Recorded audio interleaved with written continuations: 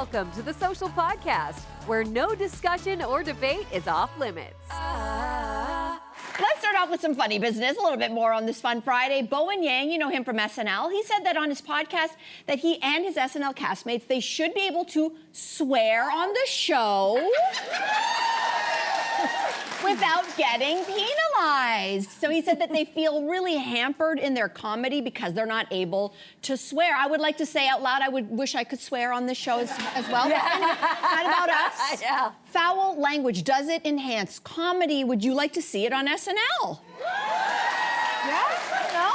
I think it can enhance comedy. I don't think it's necessary to make good comedy. I do think that SNL should be allowed to do it. It airs at midnight, right? 11:30. Okay, like it's very late. It's after what they call the watershed hour. And when you think about it, like they're bound to rules governed by the FCC, and it would be the CRTC in Canada, that don't apply to the internet. Yeah. And when you think about it that way, or streaming of any kind, so there's a kind of unfair, it's sort of based on... Who are you protecting? Exactly. And in what way? And I mean, I'm not saying that there should be no rules anywhere, but if you're gonna have rules for one, maybe you need to start to extend the rules for other forms of media as well. Yeah. I don't know. Well, you know what, the internet does have some rules. Certain apps, if you use certain words, if you show too much nudity, they will take your post down immediately. So they don't, it's not just you can do whatever you want. Frankly, I don't think it's the swearing, a lack of swearing that's not making this show fun. I just think the sketches for me are okay, they're mid. I don't think adding swearing would make it any better, but I also feel like, why do we have to get rid of the rules everywhere? Why, because you like to swear on your podcast, Bowman, do we have to just allow you on your network television show, do and say whatever you want? Listen, I swear as much as everybody else in this room. She does. I love a good swear word. But I don't necessarily want to see it on television at a certain hour when I'm watching a show. I know there are people in my life, not just little people, but adults that I know who are very uncomfortable with it. And I think we all like it until there's that one swear word that's just a little too much for us. I know what word that is for me. I'm not going to say it. Because I'd like to keep my job, but I don't want to see it because it's like, okay, if we open that gate, how much swearing are we talking about? Don't you guys feel right? though, like when it comes to it. comic swearing, it kind of depends on the comics? Yes. Like there's some comics, I'm thinking like Ricky Gervais or Joan Rivers, who if you took out the swear words, you're taking out the punctuation almost. And like it wouldn't be as funny. But then it occurred to me that there are other comics. I'm thinking about the SCTV old guys, the old school guys like John Candy and Monty Python, even like Rob Brydon and Steve Coogan from the Trip movies. I don't think they use any profanity. Like they use irony, they use timing. Creativity. And so I would argue that it's almost easier to get a laugh when you swear. That's why I swear, because it's easy work. It's cheap laughs. But that other type of comedy, woo, that's hard. That's almost harder. It's hard. I took a little bit of a different approach to this because I think, yes, 11:30 at night, I absolutely think they should be allowed to swear on SNL because if you're okay with all the violence that you already see on television in the form of news, absolutely. The 24 news cycle is exposing us and our children to things that, in my opinion, are far more detrimental to their mental health and to their growth than a swear word. Sorry. It is not normal. I don't, we have normalized the line, if it bleeds, it leads. And the idea that my child, by the time she's 9 years old, has heard about intimate partner violence, has heard about, murders in the streets. She's watching footage of people getting shot up in the streets. That's at any time of the day. But when I tune into the news, I'm expecting that. It's the news, right? So and that's middle of the day. Right? But you can also turn that off. This show's been on for 50+ years, and they've never done swearing. I don't want to turn on all of a sudden it's beep, beep, beep, beep, beep. My point is not that. My point is when you talk about harm, I think the idea is what's the harm in swearing? That's a great question. And I think to me, watching murders on nightly news is way more harmful. I mean, I was shocked about the Pope's dead body. I was shocked by just seeing that. It was everywhere. And I mean, again, I know some people think it's very respectful and whatever. It was still shocking to me. I've never in my life seen a dead body on noon. I think it was on like a 10 a.m. newscast. So I think you make a really interesting point. What is the harm? How do we define harm? I will say that every little kid I know, I always swear in front of kids. You got to teach them young. And they're always telling me, Jesse, don't swear. So they're going to be okay. Let's move on. Next up. Someone wrote to Miss Manners saying they asked their friend's new partner to slow down while driving and obey the speed limits. Let's just say this new partner didn't really take that suggestion very well. So, but do we think this person was right to speak up? What do we think? This actually happened to me, and this was, I just said I don't want to swear on TV, and I wish I could swear and be like that with that person. No, honestly, I know. I was offered a ride home by my girlfriend's boyfriend in his car, and it was a long ride, and we had to take the highway, so I go, okay, sure, because she was in the car. We get on the highway, and this man is in, he's like, it's like we're doing NASCAR driving. He's in and out, his foot is so heavy on the gas, and I'm terrified. He's weaving through traffic, he's on people's bumpers, everything. No. And I kept my mouth shut, hoping that she would say something, because she knew we were terrified. We were screaming in the back of the car, and he thought it was entertaining. Finally, when I got tired of waiting and I thought about, I value my life, I told him to pull off of this highway and let me out, because you're putting my life in danger, and this is not what I signed up for. It's not funny. I think that if you feel like your life is in danger and you're in someone's car and they're not listening to you and you're like, slow down. Tuck and roll. Oh, no, honey, out I go. I wouldn't have survived that tuck and roll. I would not have survived. So I say, you know what, if you don't, listen to your gut. If you're in a car and you feel unsafe, be like, no, something. Pull over. I'll take the bus. I want to arrive in one piece. So no, I wouldn't. My father has great sayings, as we know, Frankisms, and I was not allowed to drive with anybody else in the car until I was in my early 20s, ever. Because his saying was, you can break your nose. Breaking your nose is one thing. Breaking somebody else's nose is something else. And what he meant by that is, he didn't trust you as a driver. No, it was beyond that. I think he was worried that if I did hurt someone else's child, as a parent trying to raise his child well, he's like, I don't want that responsibility. So I wasn't allowed to drive with anyone. I'd go out, and my friend's like, can we drive with you? I'm like, no. Wait, your car's empty. Not allowed. You're such a good daughter, because my parents gave me the same rule, and I was like, sure. I'll be there in 5 minutes. Get in. It would be that day. It got so bad that one day when I was finally allowed to drive with other people in the car, one night coming home from a club, I was sideswiped by a drunk driver, and we went off the road, and luckily everybody was okay. I was so scared. I was 24 years old. I was so scared that I made the police officer who showed up, I said to him, can you please talk to my dad and tell him it wasn't my fault? Because I had one friend in the car, and I wasn't that, okay, as long as I was okay, he wanted to make sure we're okay, but I knew his first question was, would anybody else be in the car with you? And I made the officer tell him it wasn't her fault, sir, so everything was okay. Oh my God. Yeah. Don't you feel like this woman, maybe she just approached the situation in the wrong way by telling him, like the guy who was doing the careless driving, the speeding, he sounds like he was a real knucklehead.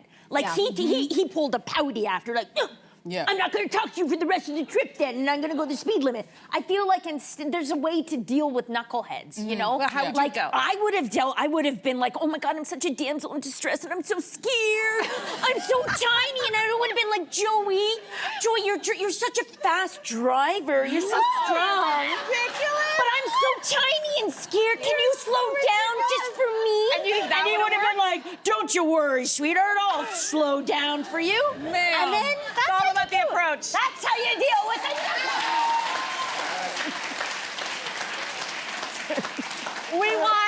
We are encouraging swearing and lying on this show. Actor Hugh Grant is leading a campaign in the UK to ban laptops and tablets from classrooms, and he recently called out his kid's private school for keeping students indoors at recess whenever it rains or it's too windy outside. So do you agree with Hugh's views? Audience? All right, well, maybe, can we separate him a bit? Because the laptop and classroom things, like, I agree with Hugh Grant on almost everything, but this thing, it kind of feels like we missed the boat on that. Like, there's been technological leaps, like we went from slate chalkboards to paper notebooks, and it just feels like the laptop, like, there's no going back. Yeah. Do you know what I mean? I remember even, did anyone else have this? You weren't allowed to use a pen? A ballpoint pen? Thank you. I remember it had to be pencil, and that first day, you had your pen, you were like, I'm an adult. But you can't go back from that. But then you also had your little thing of whiteout. Yeah, right? that's right. Remember that? That was a lot. Give it a good flip every once in a while. Yeah, it's true. You did? And Andrea. You did it. And we all did it. We're all fine. I think you're right, Jess.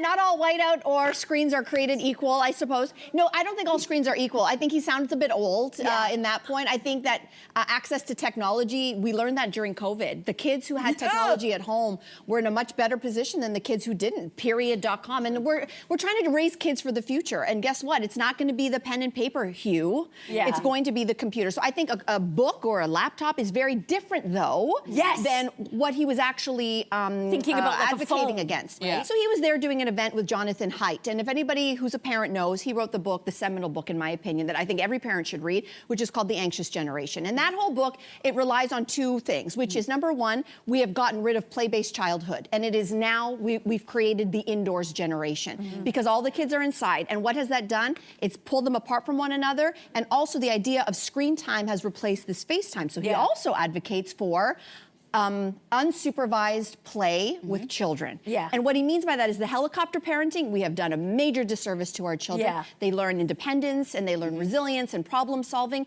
by kind of mixing it up with each other. Guess what? The way we all grew up. Yeah. At least So, if you're so he's saying like We're a doing just laptop. fine. A laptop So, is different than a phone. Correct. Yeah. A laptop, you're typing, you can research and. But put them outside if it's raining. We all did it. Yeah, they're not a bag of sugar. Laptop. You don't want the laptop in the rain. No, we don't want that. Surprise you? Like in the UK, I feel like children are like bred stronger, because but they they've have got all of that nutty weather with the rain, the cold. Right. Nothing. They have this issue going on right now. I don't know how many people have watched Adolescence on Netflix, but it is a series that a lot of people are talking about, particularly in the UK, and it was made in the UK because they've had this problem where they are seeing younger people get sort of radicalized, that there's been a few stabbings among teenagers, boys against girls. So there's this whole conversation going on that I feel like intersects with this conversation. Because obviously, even though there is technology in the classroom, I think what that series illuminated was maybe there's all kinds of private things going on between the students that teachers are unaware of, and they're not helping guide them in the proper way. So you can't just throw the technology in the classroom and expect to just convert it like, oh, instead of notebooks, now we're typing, and not expect that social media has entered the chat and that all kinds of coding conversations are happening. So I think what maybe he's advocating for is like, how do we get back to basics, which is what you're saying. How do we get back to how do we connect with each other? How do people understand and process empathy and human emotions and like all kinds of things? It seems to be slipping through the cracks, and that's deeply concerning. And I think we should be Those are listening to such that. solid points, but clap for that. That was, don't let me stop you. Those are really good points. But when I read this story, I felt like we buried the lead. Hugh Grant is 64 years old and he has 5 children who are still in elementary school. Correct. Let me read you off. We've got a 13-year-old daughter named Tabitha, an 11-year-old son named Felix. That's from his former partner. And then with his current wife, Anna, he has a 12-year-old. Do the math on that. There's a 13-year-old with one wife and a 12 with the other. Just gonna leave that there. Then there's John, an 8-year-old daughter named Lulu, and a 6-year-old. Sir, your problem is not the computers in the class. Don't say anything bad about Hugh. What is going on? Okay, Jeez. we're gonna leave that there. Food for thought, okay? We're gonna move on to this. The Walrus has a piece about the benefits of a long commute. So a whole hour when the writer says, like, no dishes to put away, no toddler socks to match, and no family calendar to organize. So do you think that there are benefits to a long commute? Was the author of this male or female? Female. Oh, I'm surprised to hear that because I don't know about you, but it's called emotional labor. I don't care how long of a commute I'm doing.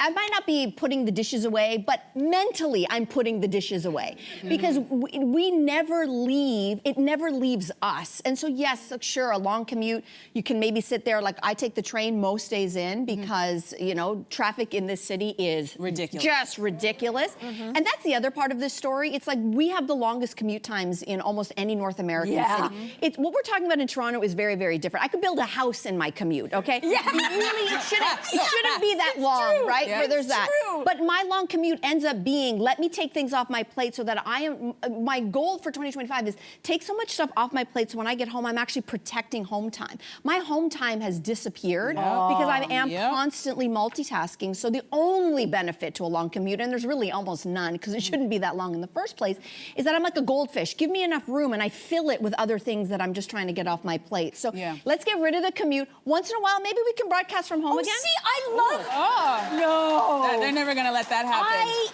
I'm nervous to tell you how long my commute is, but Tell I'll tell you. us. It is every day I spend 3 hours commuting. Wow. So, yeah, an hour and a half to get in when Oy, you oy. tack in getting to the GO station, and then the station to Toronto, and then the Union station to here. It's 1.5 hours door to door. I love it. Do you? Okay, Yeah, why? Because that hour on a train is just uninterrupted time. I read, I listen to podcasts, I swipe, I sleep, I make a phone call, I email for work. And I'm not driving. But if you had the choice, if you could afford something that was down the street and it gave you the kind of be green home in space 10 you had, minutes. and you could be home in 10 minutes, you could walk, would you prefer that or not? I think we're almost out of time. No. Listen. I love Hamilton! Cost benefit. I feel you because I am one of those people where I'm like minutes away from Yeah, work. you're minutes. I walk to work, but prior to that, I had to take a commute that was, I don't care what anybody says, long commutes only work for people where it's like you get on and then you take a long ride and then you get off and then you're at work. Yeah. For me, I had to walk 10 minutes, get on a streetcar, get on a train, 10 stops, get on another train, 8 stops, get on another train, 6 stops, get on a bus, and then still walk. I'm telling you, by the time I would get to work, I was done. I wanted to turn around and go home because I was exhausted. Yeah, fair. Or at the end of work, when you are tapped out, you're like, oh, I've got an hour-and-a-half commute home. Yeah. And God forbid that you have no battery left in your phone, you forgot your Kindle, you didn't bring the book, you don't have a snack. It's the longest hour-and-a-half of your life. You've done it. As a professional commuter, What do you do? Have you ever had your car run out of gas? No. Exactly. So as a professional commuter, your AirPods never run out. You always have a book. You always have a snack. Sometimes it happens. Yeah. Again, do you ever run out of gas? No. As a commuter, you Yeah, don't. but I'd be stuck on the side of the highway. That's the only reason why I don't do that. Right? No one wants to see that. Wow. So a woman, she posted on Reddit saying that her boyfriend asked her to cover up her tattoos for dinner with his grandparents. And when she refused, he uninvited her to the dinner. Okay, the question is, who is in the wrong? I think she is. You didn't see that coming, did you? No. I can't listen. I will say I don't have tattoos, but I did have a nose ring throughout my 20s. And if I was dating a guy, first of all, it's hard for me to imagine dating a kind of guy who leaned conservative. But let's say I really liked this guy. Or his parents did. And his grandparents were a bit more conservative, and he's like, let's say, the black sheep of the family. And I was going to a family event, and he asked me, like, hey, can you take out your nose ring? If I was in love with this guy, I'd be like, sure. I wouldn't feel like that was. I would understand that he's just trying to let me be introduced The audience ain't buying it, first. girl. I know that people can make judgments, quick, fast judgments. So why not let them get to know me first before reintroducing? I'm going to back you up. This is not even about her. This is, I think she's being a brat. And I'm going to tell you why she's going to be a brat. I'm old school. I respect elders still. Yeah. And so to me, sometimes you cannot teach an old dog new tricks, okay? So I think that if she actually really likes this guy, she's only 21. She's got a lot of learning to do. We all thought we knew everything at 21. We don't. But if she really likes this guy, she's got to understand this could potentially be a future family of hers. Yeah. And if you want to slowly endear yourself to the family, they don't have to accept you, but you want to have smooth waters. I would respect the elders, let them get to know me, and then you slowly start to pull up the sleeve. Right. And they already like you. Exactly. And then you laugh about it later. Yeah. Like, I remember when you hid your nose ring or your tattoos. See, it's so funny. I see it the opposite. I feel like this guy's afraid of his family, and he's afraid. And I don't think he's putting it on his grandparents, but I think he's the one who's a little embarrassed about her tattoos, and that's why he wants her to cover up. Because I don't think you should slowly, show somebody who you are over the years. You should let somebody know who you are right away. Your grandparents are going to be uncomfortable with a lot of things, including the fact that I've had sex before marriage, but we're all just gonna be adults and we're just gonna deal with it, right? I think that if I were her, I would take this as a red flag. It's like, you want me to contort myself, so I'm gonna be this person for your grandparents. Who do I have to be for your dad? Who do I have to be for your aunt? Who do I have to be for your neighbor? Okay, but can I ask you this? You love me, and you present me as I am to your family and be like, this is who I'm with. I know how you feel, but they're a fantastic person, so get past the tattoos and get to know the person. I understand what you're saying, and I like this idea, but can like, you're out in the dating scene right now, so let's say you really liked this guy, and you thought he was great on all these levels, and he's just like, listen, I came from this really small town, I'm making this story up here right now, but a small town and very conservative things. I love my family, but I am not my family. I still love them, so I want to introduce you to it. So I'm thinking it would be best if maybe for this particular event with my grandparents, if you wore, let's let's say, like Long more sleeve. conservative Yeah. thing. Would that be a problem? Like, I don't see. Here's you the said deal. maybe. I don't dress all sexy anyway, but I would respect, like, I swear a lot, as I mentioned earlier. Yeah. So I would respect that because that's something I can control. But how I look and what's permanently on my body control and the covering color of up my something hair, a little bit. That's something where I'm like, I'm not covering up who I am because that's who I am every single day. Yeah, but is It's the things tattoos that I the am- same thing? Like, yeah, is it because the same thing? it's permanent. It's not something you can take off and be like, okay, I don't have to wear a short skirt. I can wear pants. But there are this all is kinds like of- this is who you are. For a lot of people, their tattoo art Yeah, is yeah. part of who they are. So I think it's a big ask. But If I were it's- her, find somebody who's more I think comfortable there's with who you are. generational differences, and I think there is something to be said that we know, like there are some generations,